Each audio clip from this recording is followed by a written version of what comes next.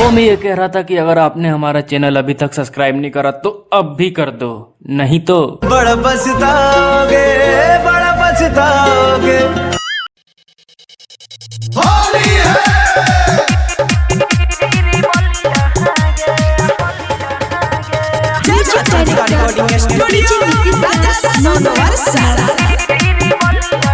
हमरा पीछा पीछा नहीं आहबे, गोरे गलिया में रंग न लगा हबे रे छोड़ा। हमरा पीछा पीछा नहीं आहबे, गोरे गलिया में रंग न लगा हबे।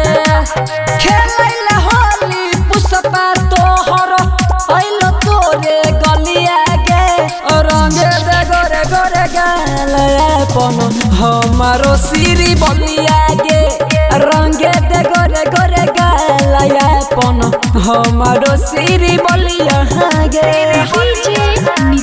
डीजे नीतीश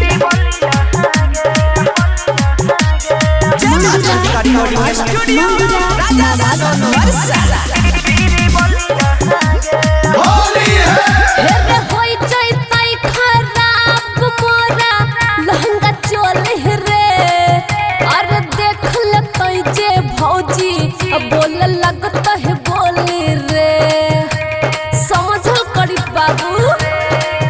आगे लाल लाल हरा गुलाल रंग लगावे दे, होठा बाके पुआ माल हमरो खाए दे।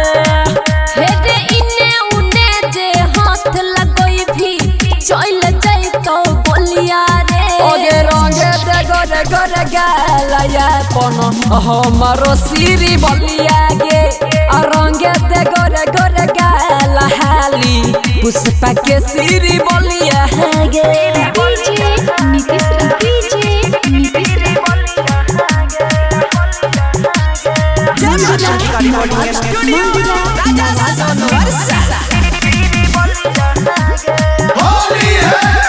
देख लेता जे भैया तोहर नशा उतार देतो, और छिया रंगे बहाज छोड़ा चरसा फायर देतो, समझ में आइला।